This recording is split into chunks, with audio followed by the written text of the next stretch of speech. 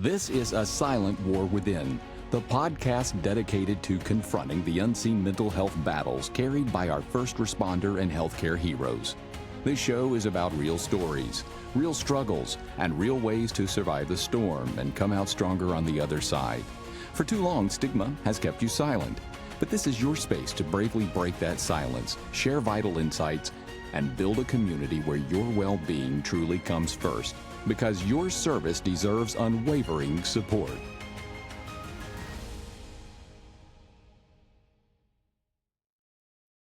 Well, welcome everybody to another episode of A Silent War Within. I'm super excited because today we have a very special guest on the show that I've been trying to track down, and we talked a few months ago and tracked down a date and all the scheduling things that goes into making a podcast happen. This is Kristen McGlothlin. She goes by Tactical Tinkerbell on TikTok. We love all of her stuff. As always, we're always excited to have my voice broke. Did you hear that? It's okay. You're a It's grown okay. boy. You're a grown That's right. boy. That's right. I think I've grown enough. Thank you. We're always excited to have any guest. And as always, we always want you guys to go check out our TikTok and our Facebook and all our social media platforms, our Instagram, our website. You can always reach out to us if you need somebody to talk to or need help. We love those conversations. We love getting to be kind of the unofficial peer support for a group of people. It's one of my favorite things to get calls and to be able to talk through a bad call or something with somebody or have text conversations. My phone is just filled with them, and I love this duty that I've been blessed to have. Kristen, you are an amazing content creator first, but also you're a police officer. So tell us about the journey from the little girl in Central Arkansas to a police officer. So I grew up in a very small town called Possum Grape, actually. It's not even a town, it's a community. Yeah, it's named Possum Grape. That You is can the look it most up. Arkansas thing I've heard in a while. It is. It is a map dot, literally a map dot. Now, I will tell you, we had a liquor store and a convenience store, and you could go get you a real, like, hand-cut holly bologna sandwich. I don't know if you know what holly bologna Oh, is. absolutely. So you could go to that store and they would cut you a holly bologna sandwich, and you But could do get they your root sell beer. liver cheese? Do They they did sell sell liver liver cheese? cheese. That's Yeah. okay. Now we're Well, country. that store is long gone now, but that's where I grew up, was in Possum Grape. We didn't have nothing else, just the liquor store, the convenience store, bunch of farmland. So my parents were married after my sister and I were born, and then they got divorced shortly after that. And my mom had a large drug addiction. She got addicted to what I call on TikTok felony glitter, but for the layman, it's meth. She got addicted to methamphetamine whenever I was probably 4 or 5. So a lot of people automatically assume that I wanted to become a cop because my mom was an addict. That, in fact, is not the case. I never wanted to be a police officer. That was not a dream that I had whenever I was a kid. I wanted to be a microbiologist. I wanted to go to school and look at gross things under a microscope. I mean, that's what I wanted to do. And, Okay. life happens. Life happens. I ended up getting pregnant when I was 17. Had my first daughter when I was 18, so I became a mom very early. But how I became a police officer is kind of an ironic story, and I always blame my sister, or maybe I should thank her instead of blame her. So my sister and I were very close. We're Irish twins. We actually stayed the same age for 8 days. We have the same mom, same dad, but we are very, very, very close in age, 11 months and 22 days apart. And we Wow. we were best friends. We still are best friends, so we grew up very close. She was diagnosed with epilepsy when she was 11, and she had 2 different forms of seizures. She would have the petites, where she would just stare and, kind of lose her train of thought for about 30 seconds, and then she would come back around. That's how it originally started. And then as that progressed, she started having the grands, where she would completely seize, fall out. So obviously she wasn't allowed to drive, none of those kind of things. And we spent all of our time together because I was chauffeur. I was little sister, but I was also chauffeur. So we did everything together. So after I got pregnant, got married when I was 18, my sister moved in with me. Seizures were not anything that were uncommon. She's sleep deprived, epileptic. So if she doesn't get enough rest at night, she might have a seizure the next morning. So one morning she got up, she had a seizure, which wasn't uncommon, but she came out of the first one and had another one right behind it. which was uncommon. So it scared me.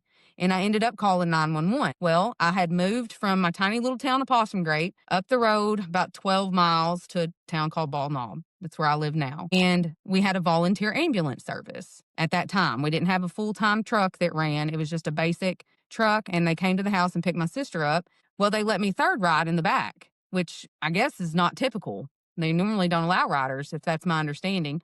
But this time they did. And one of the volunteers was like, "Hey, I think you would be super cool. Do you want to start coming and volunteering with us?" And I was like, "You know what? I'm a stay-at-home mom. I don't have nothing else going on. Sure." So I started volunteering on the ambulance. And then, once you become a first responder in any way, form, or fashion, you get to know everybody. I got to know the cops. I got to know the firefighters, the dispatchers. Mm-hmm. And the dispatch supervisor for our city had an unexpected opening come up. She had a girl that ended up moving out of state, and she said, "Hey, do you want to come try your hand at dispatching?" We were our 911 dispatch center for the city. So I dispatched. I started dispatching and did that for about 4 years and loved it. I absolutely loved dispatching. It was a passion of mine. There was a lot of really bad calls that you'll never forget. But I decided one day, I was like, I think I'm just going to go ride. Because, sitting behind the radio is completely different from being out in the field and seeing it. It's a Absolutely. different, it's also a different kind of trauma. I get on to officers a lot because I've been on both sides of the radio. And I get on to officers a lot about not mistreating their dispatchers for that very reason. It's a different kind of trauma. Your brain has to fill in gaps of what's going on because you can't see what's happening firsthand. So Mhm. anyway, I decided to go riding with the officer one night and loved it. I was like, I think I can do this. Well, about 2 months later, I was off to the police academy. So that's how I became a cop. Did you have any expectations going into it that maybe weren't met when you actually saw what it was? I would say no because I dispatched for so long Yeah, that you had an idea I anyway. yeah, I had an idea of the type of people and calls that I was going to encounter. Um, I will say that being behind the radio, you obviously don't have to physically see some things that we've seen, and you don't actually have to smell some things that we've True, smelled. So true. those were two things that, like you don't translate through the radio that it does in person. You might Right. get a DOA call that's been down for 7 days in the middle of June, but you Ugh. just took the call. You don't actually have to see the flies or hear it, you know what I'm saying, or go in the Yeah, yeah. house. The officers do. So, I Or mean, smell it, yeah. yeah, so there are differences for sure. So you've done a few things. So I picked a few things out in your story that kind of resonated with me. So you did the volunteer ambulance thing, Mm. then the dispatch thing, then the police officer. Did you just want to do all the things? When are you going to firefight? I don't know. Actually, I've done more than that. So, Really? yeah, so I policed for about 6 years after I got out of the police academy. After you're in law enforcement or any type of first responding, I would say, you see the good sides of things and the ugly sides of things. And I'm a firm believer that there's two kinds of cops. There's cops, and then there's lifers, is what I call them. The cops are I would say, not yes men. If someone asks you to do something, you're not just going to go with the grain. And then you have the lifers who are in it for a paycheck. They're just wanting to make a retirement out of this and be about their business. So, there was political things about law enforcement that are irritating. I'll just Mhm. flat out say it. A lot of times you see that with sheriff's offices where, the sheriff is elected by the people. It's not my job as a deputy to keep you elected. It's my job to do my job. So after about 6 years, I'd had enough of the politics that were around law enforcement. Mhm. Decided to leave. I left law enforcement and went bail bonding for about 2.5 years. So instead of putting people in jail, I was taking them out of jail. So that was an interesting run. My husband and I both did that for 2.5 years. We were kind of like the dog and Beth of Arkansas, is what I like to consider us. Yeah. That's I what my actually, ex-wife and her husband are doing, oh, really? is bail bonds. I guess they're the dog and Beth of Central Mississippi. I don't know. We'll It go was with it. fun. It was a fun job. It also had its stresses. I saw, I would say, some ugly sides of law enforcement while I was bail bonding. Yeah, I'm Just sure. just sometimes cops can be ugly. Just flat out ugly. And the justice Mhm. system itself, I watched it fail a whole lot of people during that time that I was bail bonding. And that was just, that's a whole nother story for a whole nother time. I could get on a huge soapbox about that. I swore, honestly, that I would never go back to being the police. I told myself that there was not enough money in the world that could pay me to go back. So my husband and I, we had to relocate to go bail bond. We decided that the bail bonding laws in Arkansas were changing And we kind of wanted to get ahead of the curve before it got too bad. And it was up in the air whether or not bail bonding was still going to be legal or they were going to be a necessity here because they were changing it to where you had to pay all 10% up front to the jail, which means that there was no financing in bail bonding anymore. So, like, I mean, there was no need for us. If you had to pay it to the jail, there was no need for a bail bondsman. So, my Right. husband took a job as a security lead man at our hospital back home.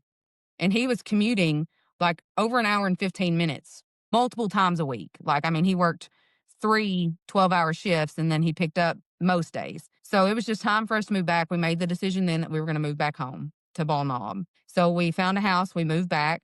I went back to the police department, dispatching for a very short time. My heart just wasn't in it. I went back to doing what I knew how to do, and I just wasn't in love. Like, I wasn't in love with it at all. I actually hated it, if I'm being honest. I had been out for long enough that it just wasn't fun to me anymore. And I decided that I was going to go to work at the hospital. So I went to work in the emergency room. I was a tech in the ER for 2.5 years. And I absolutely loved that. I loved it with all my heart. I considered going to nursing school. I felt maybe like that's where God was pulling me to go. And then my brother-in-law took a chief's position and he called me and he said, "Hey, do you want to come and go back to policing and work for me?" And I was just like, "Absolutely not. No, I don't. I'm so sorry. I don't want to do that. I'm thinking about going to nursing school." But I prayed about it and prayed about it. And I was like, okay, this is where God led me. So this is where I came back to. And I honestly do feel like this is my mission field. I feel like this season of law enforcement for me is supposed to be different than my original season was. So here I am back at it. I And love it that. has go You ahead. answered my next question. I was going to ask, well, why are we in a police car? Mhm. But yeah, that's interesting. I really like that God kind of guided that path back to that for you. And I'm I had not to do a giving lot you of praying, but he I'm did. sure. I'm sure. I'm not giving you any grief when I say this, but you don't look like a large woman. Like you don't look just, muscle built. I mean, not to say you're not muscular. Don't take that as an insult. That came Oh, out I'm wrong. not. I'm not offended. But you work in a primarily male dominated field. How has that been for somebody who is not small, but obviously is going to be smaller than most of the guys? Like, how has that been for you to come into that environment I mean, to me, and coming from an EMS background, EMS was always the frat house. Yeah. And I feel like a little bit the fire department as well in my time there. Like, it's just a big frat house. And with a bunch of guys, especially when you get 18 to 25-year-olds, especially these new officers and new firefighters and EMTs coming out, like it does kind of turn into a little bit of a frat house. Like, how have you dealt with that mentality that some male officers can bring into the profession? I would say that, I mean, I've always been a tomboy. What I would consider myself a tomboy. Like I said, I grew up in the middle of nowhere, out in the country. It was just me and my sister. We didn't have no brothers. We lived on a farm. So, I mean, the farm work fell to me and my sister. I was never scared of work at all. That was never a thing that I was afraid of. I was never afraid to get my hands dirty. But I would say in a male dominated field, there is a place for females because we are more empathetic, I would say, than men are. Absolutely. So that is where I have found my place, is where, the verbal judo side of things is I'm so serious. I know. I know. Um been a certified law enforcement officer. This will be my 13th year certified. In those 13 years, I have never once fought a soul into the backseat of my police car. Knock on wood. Really. I have been, and maybe that is God's blessing. All right. But I would like to believe that it's just because I treated people well and talked to them like Hmm. people and used my words. Truly, there has not been a single fight that I've ever been in that was because of me. I've come up on fights and helped other officers while they were physically fighting somebody, and sometimes it can't be controlled. You get somebody on PCP or somebody that's, I mean, just belligerently drunk. Those are to be expected. You're going to tussle with some folks here and there. But for the most part, I've been able to pretty much talk everybody into the backseat of my police car. And I've been very fortunate with that. So I think that knowing how to use your words can compensate for the lack of physical strength. Now, I will say, I train Brazilian Jiu Jitsu. I have for 8 years. I'm a brown belt in Brazilian Jiu Jitsu. So, I mean, I can hold my own if I have to, but it's never come to that. And even the guys that I work with, they know that physically, I'm the one that they want to have on their side if push comes to shove, truthfully. But Hmm. I would say that it's more of a empathetic using your words situation, that's where the women come in. Like we're going to be a Yeah, little bit more absolutely. soft spoken, a little bit more thoughtful, a little bit more compassionate. And, you get more flies with honey than you do vinegar. So, That's right. There's a girl that has worked for us, and you guys that are listening all know that I'm a leader at a large children's hospital. And there's a girl that's worked for us, and man, she got so much grief when she first came because she was empathetic, she was caring. Every call involving a child, she just poured herself into. And people just gave her a lot of grief because, oh, you're going to burn out. You're going to do all these things. And I disagreed. I thought it was her superpower. She did mm, excellent work because she was so empathetic, because she knew how to talk to people. And one of the other points that I was thinking about when you were telling that part of your story was the fact that 90% of these people, when they're elevated like that, just want to be heard, just want to be yes. listened to. And females are great at walking into a situation and being a listening ear. And because Mhm. that's so widely known, you get people who respond better, I feel like, to female officers.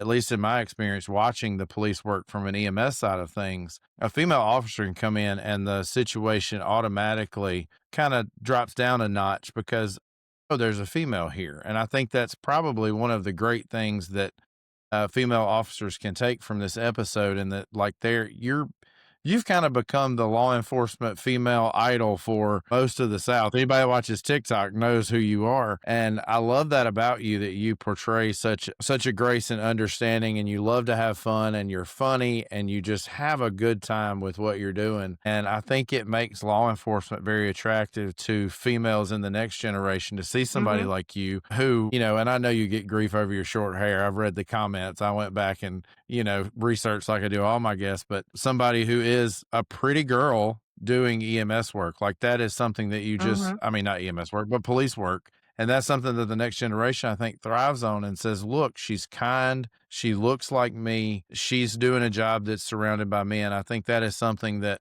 we need more of. And you are a great role model for that.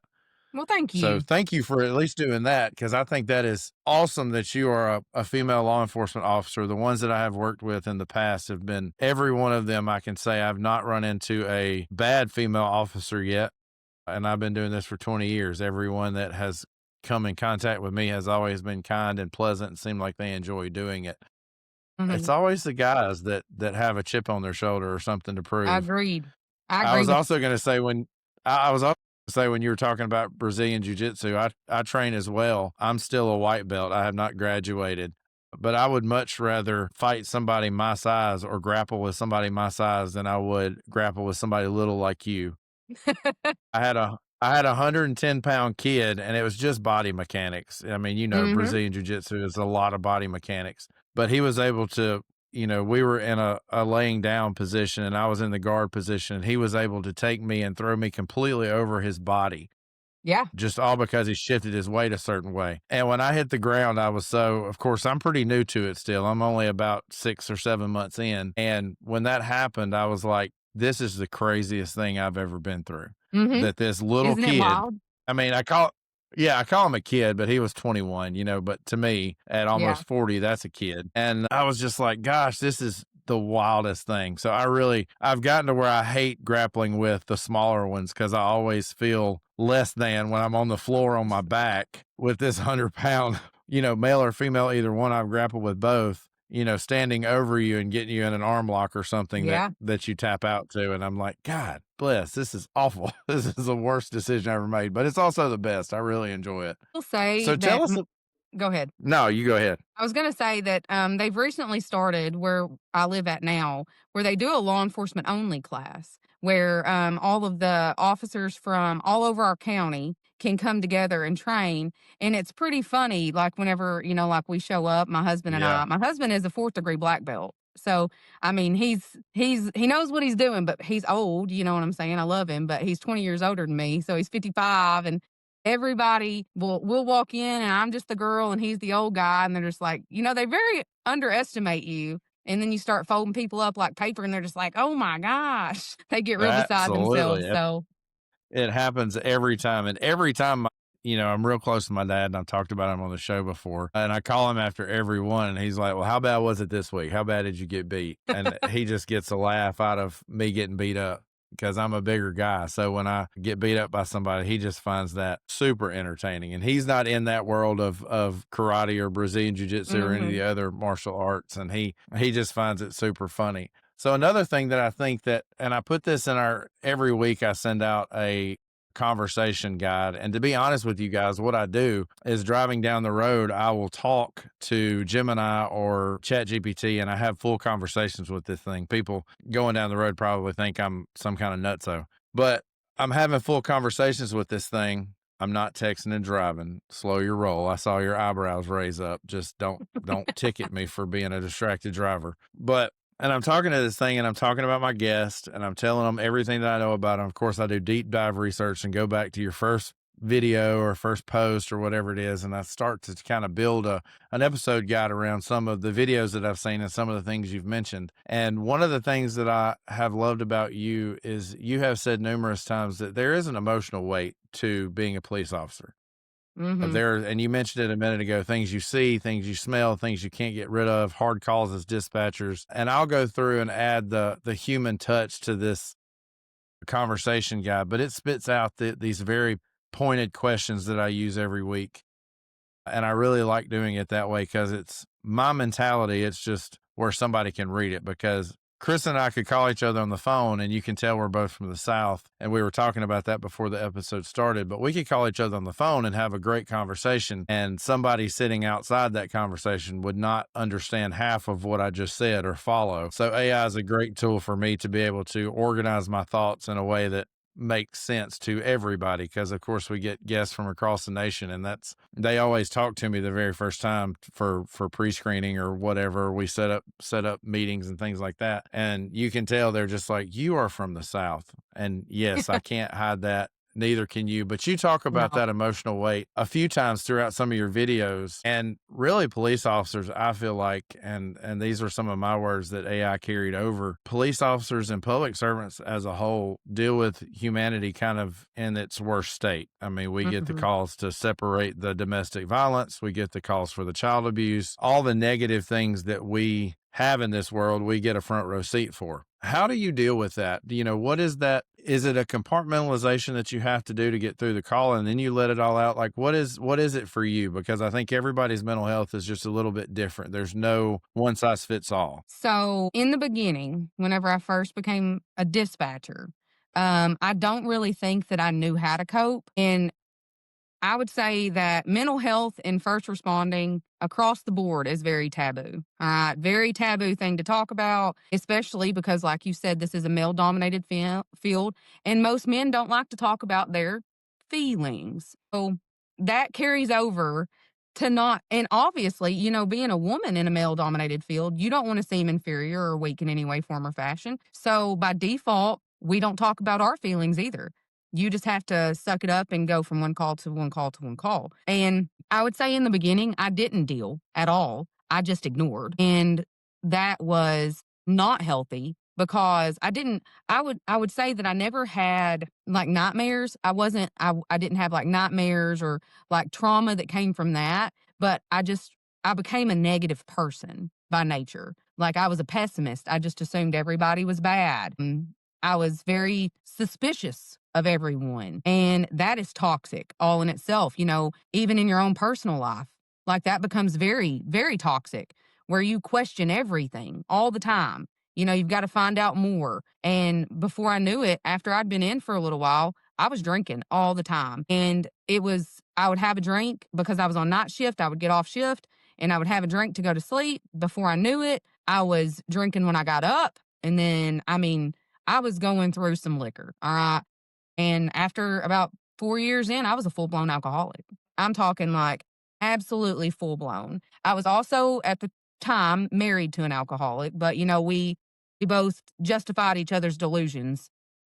Um, and that was unhealthy. I mean, completely unhealthy. But I finally, after quite a while, I ended up having to go through a whole lot of trauma. Like, if I'm just being totally honest with you. During that time, I was friends with an officer and he died in the line of duty and he was killed in a car accident. And obviously, I went to the hospital that morning that I got the phone call and drank a beer ER parking lot, you know what I mean? With a couple of the other guys from the sheriff's office. So it was kind of a thing that we all did together. And that's how we coped. We didn't talk about our problems. We didn't discuss it. You just sucked it up, and we went about our way.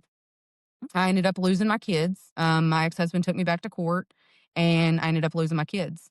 And that's whenever I knew something had to give. Like, I had always been a Christian my entire life. I was raised in church, obviously. Throughout my adult life, you stray, you get away from church. I wasn't living my life right. I knew that. I had been under conviction for a very long time.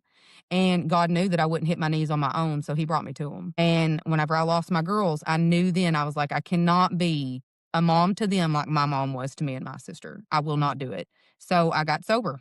I got sober and decided at this point in time, I decided it was time for me to step away from law enforcement. So I left for about 6 months. I just needed to be away mentally from triggers. I needed to be away mentally. And I get I that. got sober.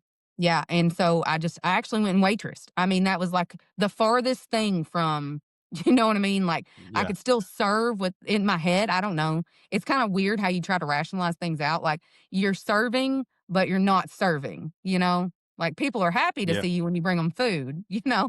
So I don't know. It was a weird rationalization. It was probably one of the best things that happened to me, truthfully. After I got sober, I ended up leaving law enforcement. It wasn't long after that. I went back to work for about a year and a half and then left altogether. And then I've been sober ever since, which is fantastic. Don't drink anymore, but I had what I consider a fall to Paul moment about 3 years Yeah. ago. Yeah. About 3 years ago, where I finally got back into church and was just really heavy under conviction and ended up rededicating my life. And then after that day, things just turned around, like completely turned around. I went up front of the church and I said, "Hey, I need to be baptized today. Like, today's the day. If I don't do it, I'm not going to do it. I know who I am. And like, I've got to do this today." And after that, my whole perspective changed. But I still hadn't, I mean, now mind you, I'd been out of law enforcement for this was my 3rd year out. And so never dreamed about going back because it was kind of like just a negative time in my life. Do you know what I mean? Like, I attributed my entire Absolutely. police career to all this negativity. Like, I mean, during that time, I'd seen and heard a whole bunch of things that I couldn't unsee and hear. And then I was an alcoholic during that time. I lost my kids during that time. So it was just, I mean, like 6.5 years of trauma, like sheer trauma. But, like, God brought me to it, brought me through it. And now I'm on the other side of it. So I think that's why my police journey is so much better now. But my faith is what gets me through everything. I'm very fortunate. I have a law enforcement family. My brother in law is a cop. My sister's an ex 911 dispatcher. My husband is an ex police chief. Like, he retired from that. I have a good, stable base with me that I think a lot of other first responders don't have. So, like, I mean, for instance, about 2 months ago, I was just out randomly patrolling, went to the lake patrolling, and found a suicide in a truck. Like, just drove up on it. I text my husband. I said, "Hey, I'm probably going to be a little bit late. There was a suicide." And he didn't say anything else. He just said, "Are you okay?" Like, Mhm. that's one of those, like, he knows me. Well, I'm a talker just by nature, obviously. I mean, you see what I do online, but I mean, I have no qualms about talking about my feelings anymore because I saw what it did to me then. Like, it ate me alive. And I refuse to let that happen anymore. And I wish that we could just normalize that with one another and inside departments, to be able to discuss what's going on. People need to have debriefs. Like, I had done another podcast a while back, I don't know, but he said, "How many times have you done debriefs in your law enforcement career?" And I said, "Not once." Like, in the 13 years that I have been Mhm. certified and done law enforcement, not one single time after an incident have we ever debriefed. Even after my friend got killed, we didn't debrief. None of Yeah, us. because we don't want to talk about it. We We don't don't want to want to talk talk about about that. it. If you talk about it, it Yeah. makes it real. Mhm. And Did you like, ever so I wanna interrupt you and ask you, did in all that 6 years of trauma, and this is what we've encountered since starting this podcast, we have a lot of people, that have reached out to us, and it is almost astonishing. If I didn't know any better, it would be astonishing. So many people have this victim mentality. Did you suffer from that, or did you immediately take responsibility and go, "This is on me. I've done this. I've let my trauma overwhelm me," or how did you deal with that? Because I'm interested in that 6-year period that you mentioned where everything was just, it was like, it almost sounds like you were waiting for the next shoe to drop. Every time something else would pass, you knew there was something else right behind it. So elaborate on that point a little bit, because I'm really interested in that. So the period of time that I was an alcoholic, I did blame everybody else. Like after I'd lost my kids, it obviously wasn't my fault. Like obviously during that point in time, I could not take accountability. I never blamed the law enforcement trauma for any of it because I just wasn't dealing with it at all. The way I always just chalked it up is like, this is just what I do. This is just my job. And I never blamed any of the law enforcement trauma. Was it part of it? 100%. It was part of the problem because it was undealt with. It wasn't that I'm blaming what I was having to do at work. It was more that I wasn't doing what I had to do to take care of myself and my family. And I do I would say I regret that. I regret that now, but I mean, there's no sense in regretting it. But during the time that I was an alcoholic, no, I blamed like my ex-husband was the problem. It wasn't me. I didn't have a drinking problem. Mhm. He was the problem. He just wanted to hurt me. What I was doing wasn't wrong. You know what I mean? Like I did go through that. And then eventually I finally was just like, all right, no, it's time to take accountability for what you've done. It's your fault that you're here. And like I said, God got a hold of me. And I will tell anybody that. Like I'm very strong in my faith and I know what I experienced and God got a hold of me. And thank God he did, you know. And Mhm. I'm grateful for it now. It's not an easy thing to talk about, you know, but do I think it needs to be talked about? Yes, because people need to take accountability for their actions. And now, whenever I deal with people on the street who lack accountability, I'm just like, I'm sorry.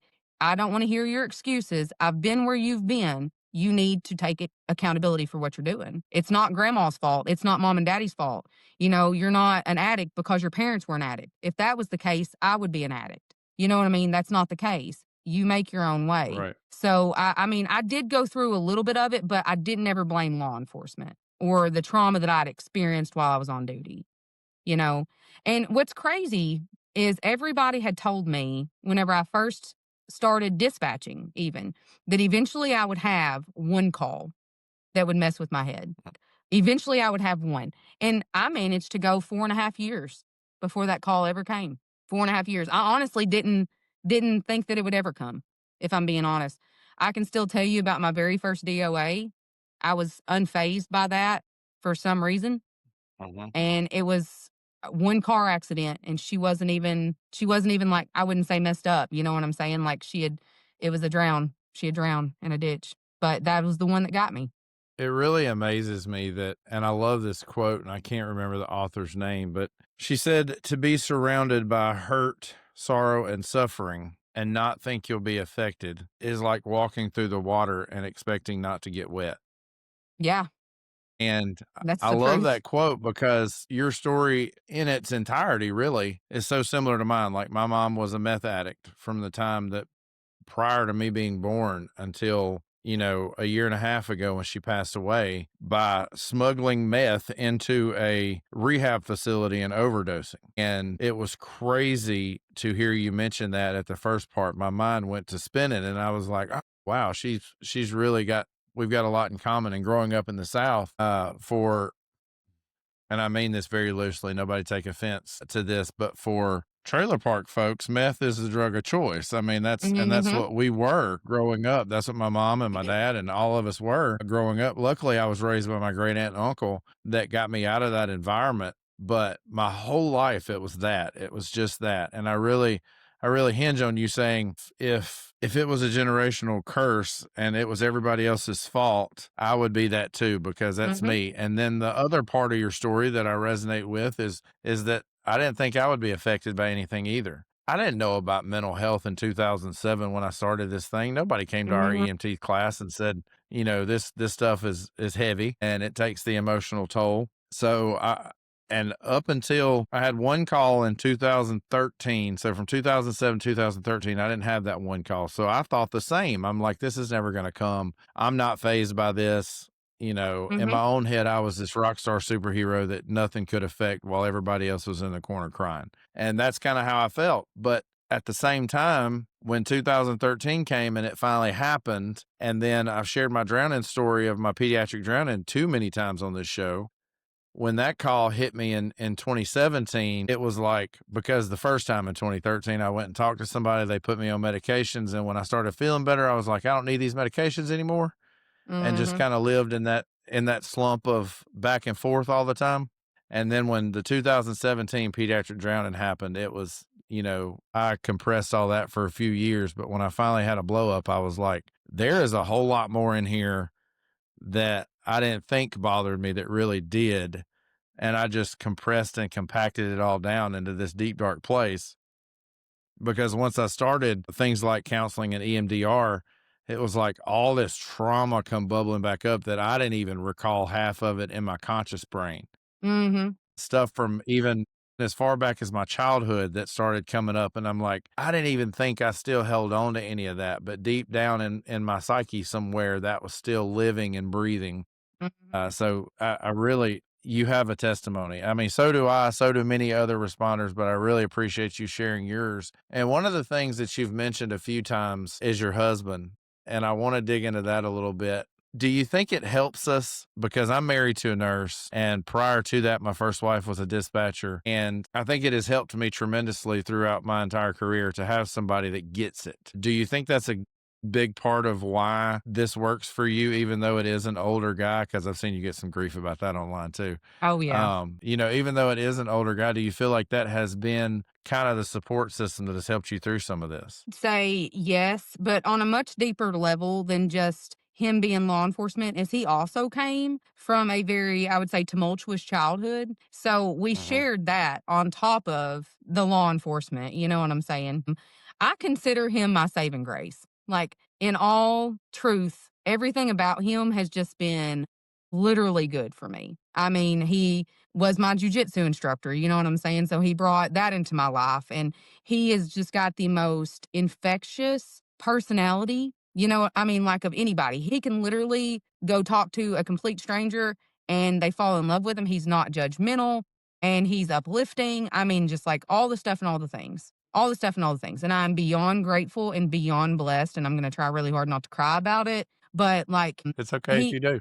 I mean, when I say he is absolutely wonderful, teetotal soulmate. Like, never dreamed in my entire life that I would find that, but by God's grace, I did. He was everything that I've ever prayed for, truthfully. And is he perfect? Absolutely not. No, I mean, nobody is. Nobody Nobody's is. perfect, but he's my kind of perfect, Mhm. And he listens to me ramble about the negative, I would say the trauma, you know what I'm saying, of what happens, but he doesn't let me unpack and live there. So that is one thing that I would have to say that I'm eternally grateful for, is because, as a female, we have a tendency to just kind of stay in that rut, and we just want to Mm. continuously dig it out. Like, I love the ladies. Yep. I'm a girl's girl, you know what I mean? But that's who we are as people. Mhm. But he doesn't allow me to do that. We've got to deal with it. Now you move past it. If you've done something wrong, make it right. If you feel like this needs to change, then change it. It's one of those constantly not calling Yeah. me out. He calls me up because he knows that I can be more. I can be greater. I can do better. If I want this to change, that I do have the ability to do it. And he gives me the confidence to do that. And that's what I'm grateful for. Is I was on, like I told you, I was on the fence about coming back to policing. He was Mhm. super supportive. He let me rubber wall off him and us weigh the pros and the cons. Like, are you sure you don't want to go to nursing school? If you go back, this is what you're going to be looking at. The pay's not great. I'm like, yes, I know that. Like, I mean, it's just, we bounced a whole lot of ideas off and he was like, I'll support you in whatever you want to do. And he has. I mean, it completely, we had the same schedule. Now our schedules are pretty much opposites. So that was a sacrifice he had to make. And he's Mhm. been amazing. He comes out and rides with me. He scolds me for not doing things a certain way, like parking my car a certain way, or so. I mean, that's always fun. But yeah, Do you guys he's have any wonderful.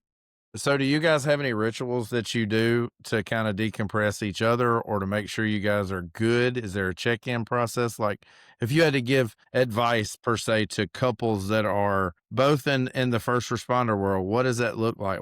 What's healthy look like for a couple? So we are very direct with everything that we do. There's no sense in beating around the bush about any of it.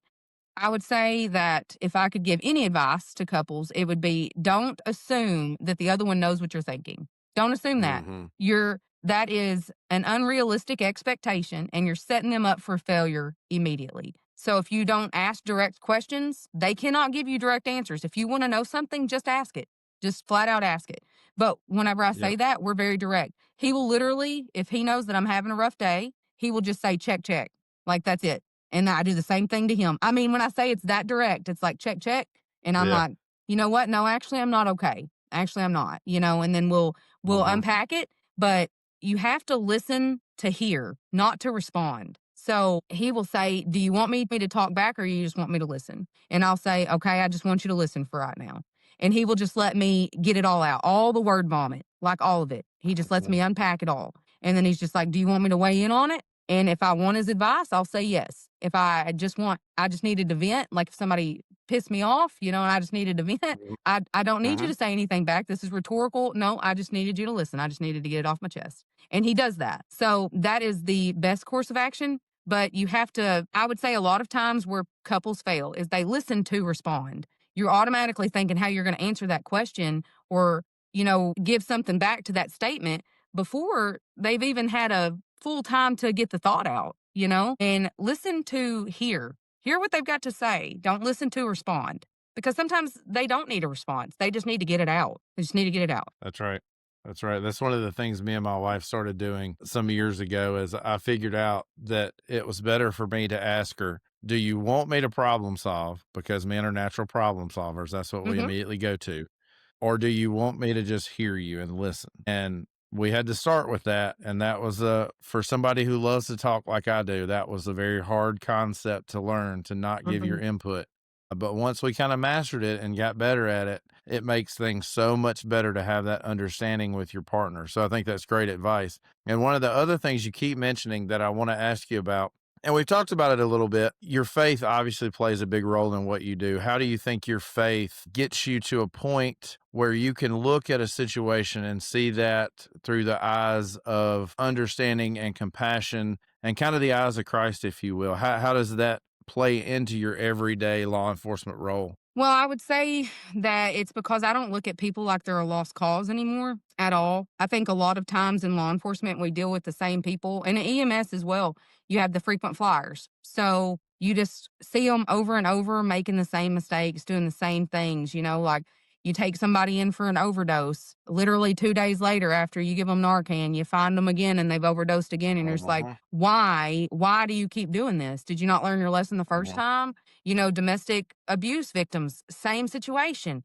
Like, we'll get you out, you'll go right back. We'll get you out, you'll go right back. So you just consider them a lost cause. A lot of times people will rationalize that out in their head. They're just like, well, if they don't want help, there ain't nothing I can do to help them. I would say that after my rededication, my whole mindset changed. Whenever they talk about in the Bible that after Saul became Paul, he said that the scales fell off of his eyes. Like that's exactly the mhm, kind of situation that happened to me. Is like the scales fell off my eyes. What I thought I knew, I didn't know anymore. The way that I looked at the world didn't look the same anymore. I had a whole lot more compassion for people that were considered unfavorable than I did before. And God was getting me ready for something. I didn't know that at the time, but He was getting me ready for the passing of my mom. He was getting me ready for that. And I didn't know that. But, I mean, obviously now I do, and thank goodness for it. But because of what he brought me through with her, I get to bring that love and grace out to the world now.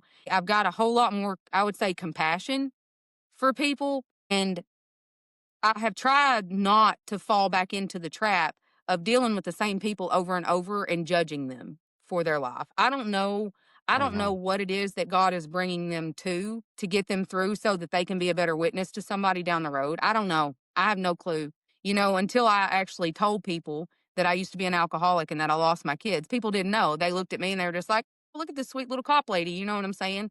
And then you find out mhm, that, hey, she's come through some crap, she's come through it. It's that kind of situation. So yes, I might see somebody that I know is high on dope day in and day out, but one day I might see them and they might not be high anymore. God might have finally gotten a hold of them and they could turn mhm. into the biggest witness for the Lord that I've ever seen in my entire life. So I'm going to steward the job that He put me in a lot better now than I did before. And that's where my faith comes into play. Is I have felt like since coming back into law enforcement, this was my mission field And I can dive into that just a little bit more. I knew that God was calling me to do something. I felt that pull in my heart and I prayed about it. I didn't know what it was. Never in my life did I dream that it would be coming back to be the police. Did not know that, but in fact it was. And I thought to myself that I was supposed to go do mission work. And I was like, that's crazy. You know what I'm saying? But mission work doesn't always look like the plains of Africa or starting a new Mm-hmm. school in Mm-hmm. Mexico. That's right.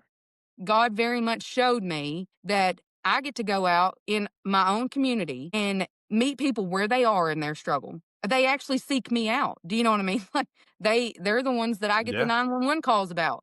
Like they seek me out. And I have a choice in that moment. You know, do I take this as my mission field? Do I show them kindness? Do I witness with them? You know, I got to pray with a girl that I dropped off at the jail. She specifically asked me the first time that I can ever remember being asked in the backseat of my police car. She said, I just need somebody to pray with me. And I said, girl, say less. Say less. As soon as we get to the jail, I pulled her out, still handcuffed, sat in the Sally port of the jail and prayed with her. First time in my life I've ever done that. But that's how I know that I'm where I am supposed to be. You know what I mean? Mm. That's how I know. But Yeah, also, I that think is. that, go ahead. I was just gonna say that's amazing. But a lot of times I think that we as law enforcement or first responders in general miss that calling on our life. You know, Mm-hmm. like we have the chance every single time that we get somebody just to ask the general question, hey man, where's your faith at? Hey girl, where's your faith at?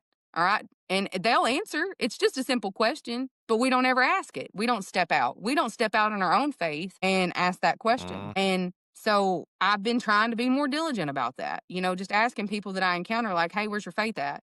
Do you mind if I pray with you before I go? You know, and it's changing my life. Truthfully, I don't know how it's affecting all of them. I know that it's doing something, but it's changing me. You know, so that's pretty I cool. love that. Yes, I absolutely love that. So your platform has grown to be huge, and I think this is a reason because of it. I think that you're honest and you're open about your faith, and you're open about your funny stuff, and you're open about your mental health journey, and you've been open about losing your children. That's a hard topic to bring up and just openly discuss. That's not something that every other creator is going to do. Mm-mm. I think we fall into this social media trap that we watch everybody else's life and we're like, oh, mine's not as good as that. And we get very Yeah. envious of the things that they have or the things that they're portraying. But really, everybody's going through something and they're not going to tell you the dark parts. I'm not going to put my Mm-hmm. dark parts. I mean, I have, but that's because of what I've chosen to do with my life because I do feel like this is my calling. But nobody shows you those dark spots. So we get in this rut of everybody else has got better stuff than me. Everybody else's life is better than mine. Mm-hmm. And it's just not reality.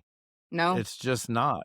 And one of the things that you've come and done is one, you've made the police something personal to people like you. And a lot of times people would have, but before the online presence, people would have probably looked at you and go, oh, that's the popo. I'm not messing with them. Like, I don't want to talk to them. I don't want to have any interaction with them. You know, there's been this heavy movement of defund the police and all these other things that has made society Mm-hmm. kind of be hateful toward the police. And I think that creators like you and others that I see across the board are really breaking some of that vision that people have about police. And it is absolutely fantastic. Like your stuff is fantastic. So as we start to wind down and we start to close, like where did Tactical Tinkerbell come from and what's the message from Tactical Tinkerbell that you want? If nobody else hears anything, if I'm going to clip one thing out of this whole podcast to share, what is it that you want people to hear from you? So, Tactical Tinkerbell was an inadvertent name that I gave myself accidentally because me trying to be funny in a video, I said that I had gotten yeeted up into a ceiling like a tactical Tinkerbell, and the name stuck. Like the internet absolutely went crazy. And my family had gone to Florida. It was my whole family, the first time that we've taken a full family vacation. Like my sister, my brother in law, you know, two of my best friends went. We were down there whenever all of this had popped off, and everybody was like, Tactical Tinkerbell, that's so cute. You should keep that. And they were like, you need to change. My family was like, you need to change your name on TikTok to that. And I was like, no, I don't want to change it from Kristen to that. People are not going to know who I am. You know, people that have started following me are not going to be able to find me if I change it. And then I changed it, and it literally, I mean, it's a hit. And it's who I am now, truthfully. It's, people see me in Walmart and they're just like, are you Tactical Tinkerbell? And I'm just like, oh, it's who I am now. I actually am not gonna lie to you, I didn't even like Tinkerbell. I always thought she was kinda needy. whenever Yeah. I was younger and would watch Peter Pan. I was like, oh, she's the pick me girl. You know what I'm saying? Like, I don't want to be that.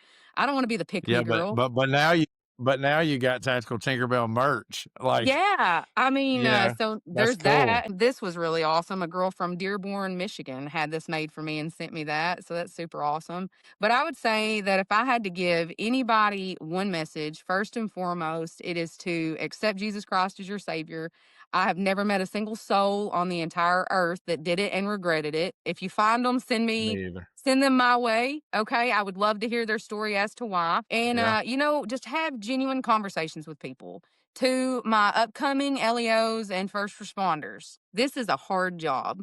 Okay. This is a tough line of work. People are going to be ugly to you. People are going to mistreat you for absolutely no reason. You've got to be thick skinned, but you've got to walk as Jesus walked and love your enemy. Even the people you work with, show them love and grace because you never know what people are dealing with. Mhm. You think you might know, but by golly, you don't know. You don't know.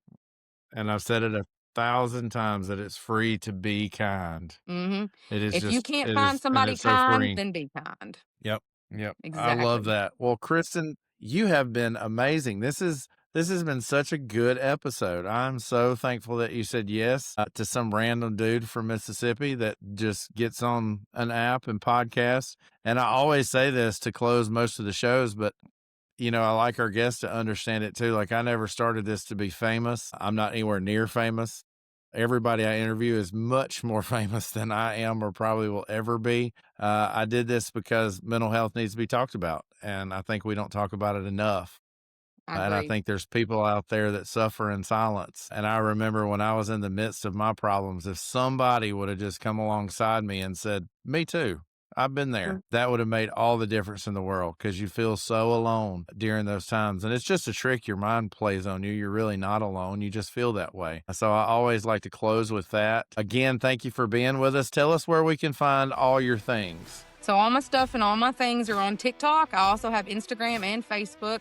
I do a little bit on YouTube, but not near as much as those three platforms. So go give me a like and a follow. Perfect. We love that. We're on all those places too. You can find us there. And of course, we stream on Apple Podcasts, Spotify, and we post the video on YouTube. And now that Spotify has accepted us as video creators, our videos also go to Spotify as well. So we're excited about that. And as always, as we close the show, you guys, thank you for joining us. Be safe, take care of your mind, and we'll talk soon. Goodbye, everybody. You've been listening to A Silent War Within. If this episode resonated, please subscribe, leave a review, and share with someone who needs to hear it. Remember, you're not alone and your well-being matters. It's time to end this silent war.